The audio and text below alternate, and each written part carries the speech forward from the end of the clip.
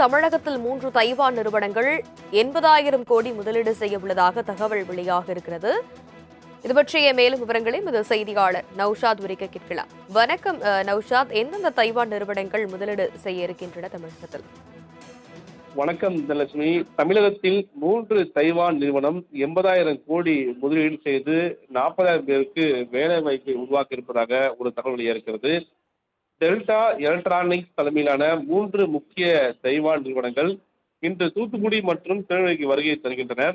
மின்னணுவியல், குறை கடத்தி, தளவாடங்கள் மற்றும் தானியங்கு மயமாக்கல் ஆகிய துறைகளில் 80,000 கோடி முதலீடு செய்வதற்கான திட்டம் முதலீட்டு பட்டியலில் உள்ளது. இதன் மூலம் 40,000 பேருக்கு வேலை வாய்ப்பு உருவாகும் என சாத்தியம் இருப்பதாக தகவல் இருக்கிறது.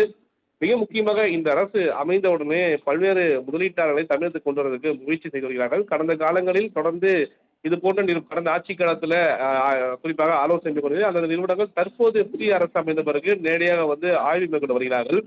தற்போது இந்த நிறுவனங்கள் குறிப்பாக நிறுவனங்கள் அமைத்தால் இதன் மூலமாக பல்வேறு இளைஞர்களுக்கு வேலை வாய்ப்பு உருவாகும் என தெரிவிக்கப்படுகிறது. அந்த அடுத்தடுத்த நிறுவனங்கள் வர இருப்பதாக கூட தகவல்கள் வெளியா இருக்கிறது. தனலட்சுமி, தமிழகத்தில் 3 தைவான் நிறுவனங்கள் 80,000 கோடி முதலீடு செய்ய உள்ளதாக தகவல் வெளியாக இருக்கிறது.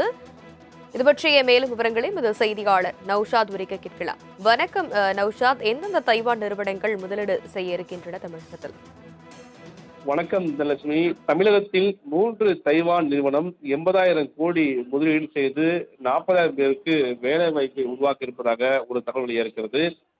டெல்டா எலக்ட்ரானிக்ஸ் தலைமையிலான 3 முக்கிய தைவான் நிறுவனங்கள் இன்று தூத்துக்குடி மற்றும் திருநெல்வேலிக்கு வருகை தருகின்றன.